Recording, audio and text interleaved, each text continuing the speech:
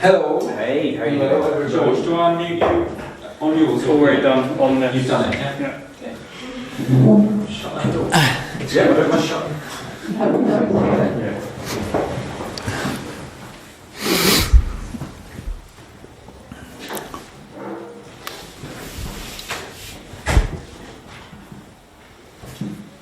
He's not unmuted. George. He's not. That's not unmuted. I've asked you to select that now. That's it. Okay, good afternoon everyone. Welcome to today's press conference to preview the second leg of the Champions League game against Porto. If you'd like to ask a question today, please use the raise hand function and we will get round as many as we can. You also need to select your language in which you wish to listen to the press conference in. That's in the translation button at the bottom, and that needs to be either English or Portuguese for the press conference. I cannot do that. Okay, we're going to get underway. We'll start with James Savundra at TalkSport. James, when you come online, please unmute yourself and away you go. Hi Thomas, how are you? I'm fine, thanks. Thomas, you spoke last week about how it's difficult for any team to play a nice, fluid, pretty game against a team like Porto. So does that mean you might take a bit more of a direct approach tomorrow night? Well, we tried in the first leg and it did not work out, did not always work out during this match. I think you have to accept against Porto that it's a little bit of up and down.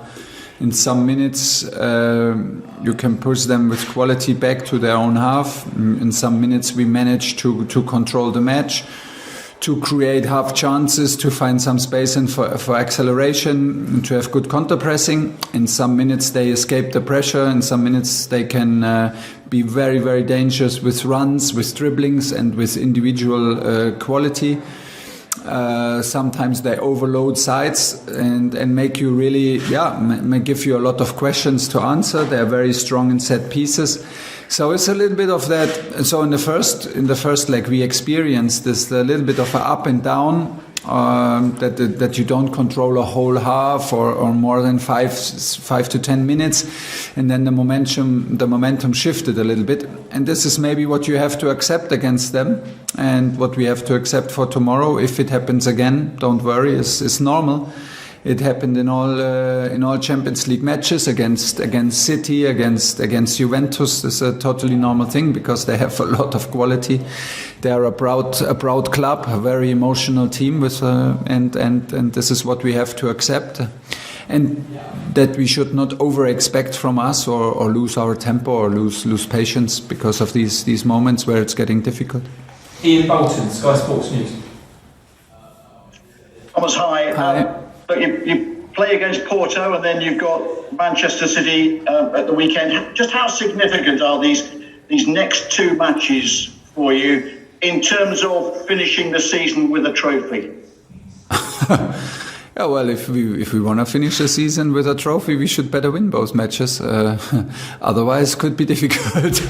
Otherwise, could be difficult because Premier League title will not be our job to lift a trophy at the last match day of Premier League this season. Yeah, but what does it help to reflect too much about it? I mean, we have to play the game tomorrow at 8 o'clock, and the most important for me is that we're fully focused on what we do, that we forget that we have already a result, that we forget what we did in Crystal Palace, because it's the past, and there's nothing more uninteresting in football than the past. Everything that counts in high-level sports is the next competition, and the next match arrives tomorrow. So full focus on tomorrow.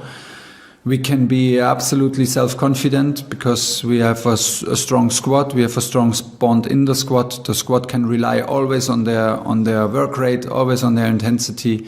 We are always tough. We are always a tough team to play against, and so the fight is on for tomorrow. Don't be afraid of nothing. Take the chances which are there, and that means we play in 3 competitions, and hopefully at the end of the week we are still in there in 3 competitions. Tomorrow is no trophy to win. Saturday is no trophy to win, but of course Of course, these are matches where you take decisive steps in the competitions. We are well aware. Everybody can discuss their heads and break their heads about it, but we are there to play football, and this is the target, and this is the challenge actually, to not lose focus. Sergio Oliveira. Mr. Thomas Tuchel, Sergio Oliveira from Sport TV Portugal. You of course have the advantage and the home advantage, whatever that means, in Sevilla. How does this change your approach to the match? Can we expect a more passive Chelsea, expecting the approach of Porto to maybe get some mistakes from the Portuguese team? We don't approach games like this to talk about the result we have and then change the approach to our game. I think for us it's important that we, in the end, get fully focused on us and play the best game possible again, because this increases all the chances to have a result. I think in terms of adapting to the result, is easier for Porto because they know very, very well what they need to do. They need to score 3 goals if they want to go through. So for them, it's absolutely clear. For us, if we start in this, we could absolutely lose our head, because what does it mean? That is enough to lose 1-0, it's good to have a draw, it's better to have a 1-0 for us. Why should we enter in this thinking? This is the challenge, to not lose your head about this. Just go out and do a good training today. I hope we embrace the challenge. I hope we feel it, that this is a match that everybody waits for since he's a little kid and a little boy. Everybody wants to play Champions League. Everybody wants to be part of it. Everybody wants to have a decisive match. And forget the result. Like I said, it's the past. We have to deliver again tomorrow. If we don't deliver, you cannot expect any results. So we should rely on what we do good and what we are best in, and we will not change our approach to a game because of a result that we had last week. We are what we are, and we have a certain way of playing, and we will try to bring it to the best level, and then we see. Because the game will ask many questions that we cannot think about right now, and we have to be free in our minds to react on all situations on the pitch. Nick Purewall. Hi Thomas, you said at the weekend that obviously Kai Havertz doesn't need to be an emotional leader for you. That's obviously not his natural way. I just wondered, who is your emotional leader? Obviously you said Porto are an emotional side. Just wondered who your emotional leaders are, and given the context of the match you've just been talking about, how important will it be for them to set the tone tomorrow night? Oh, honestly, you don't want to be in a fight with Toni Rüdiger and Aspi and Kova and all our emotional guys. You don't want to be in a fight with them, because they're ready to fight, and it's their nature to show it on the pitch and to protect the interests of our team, which is very, very important. But what was the second part of the question? And just how important will it be for those guys like Tony and those guys to set they are there. For They are there, and we can rely on them because it's their nature. Nobody needs to do stuff which is against their nature. You can totally rely on them. I think that it's, for me, when I was a player on lower level, and for me it was always important when you have big matches, when you can feel the tension, you look around in the dressing room, and when you go out of the tunnel, you look around who's next to me, and you feel confident. And I'm pretty sure that our guys feel very, very comfortable when they look around and see whom they can rely on. The best thing tomorrow, nobody needs to do it alone. Nobody. We are out there together. Everybody on the pitch will help each other, and we will help from the bench and from the stands and the guys who come off the bench. We do this together tomorrow, and we will push hard for the best outcome. You can be absolutely sure. And that means that we have 90 minutes to fight for, a minimum of 90 minutes to fight for, and we will do it to achieve a big goal. Jacob Steinberg.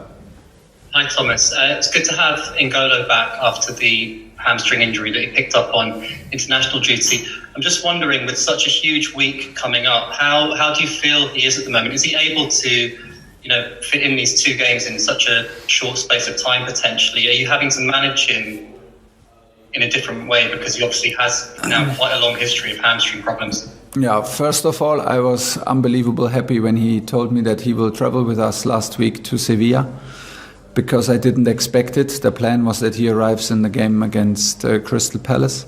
So he arrived before, which was amazing. He was confident enough to go on the pitch. He was strong enough to help us the last 15-20 minutes with all his quality and intensity.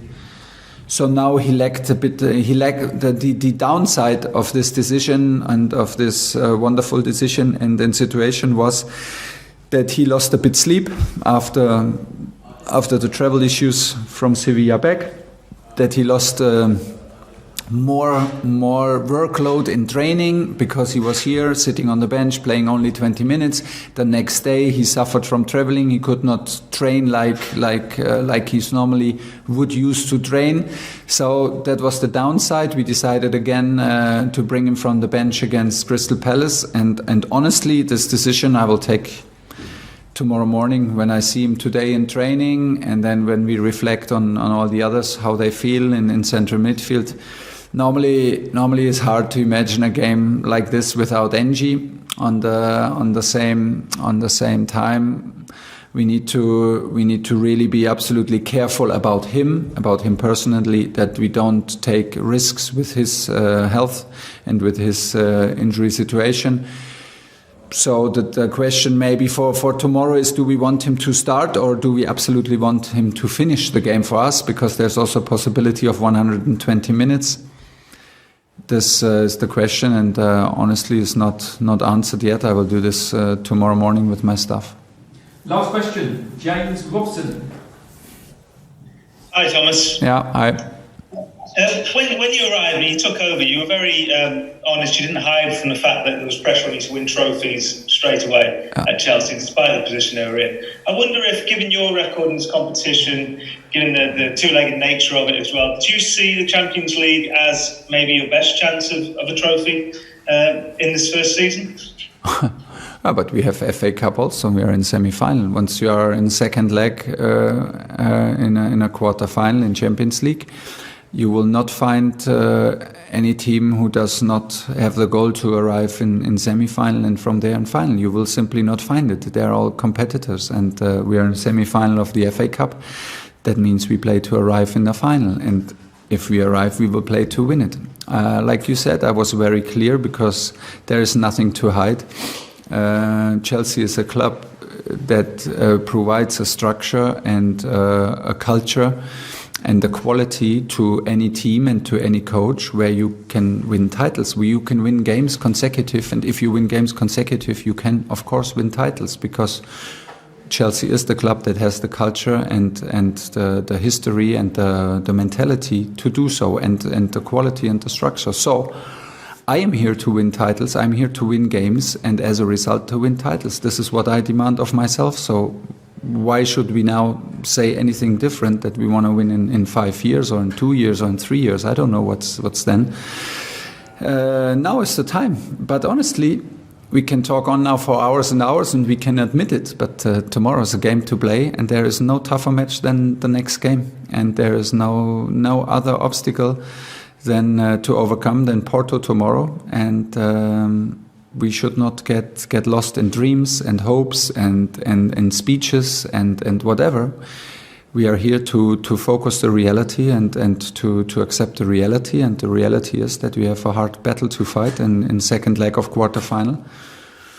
And this is what we do. And hopefully after tomorrow we can talk about semi-final. But first is we need to deliver. Me as a coach, my staff, and the players in the end on the pitch. And this is why we are here. Okay, that's the end of the press conference. Thank you for joining. For Thomas, stay on this line for Ben Chilwell, who will hear shortly. Thank you. Thank you, guys.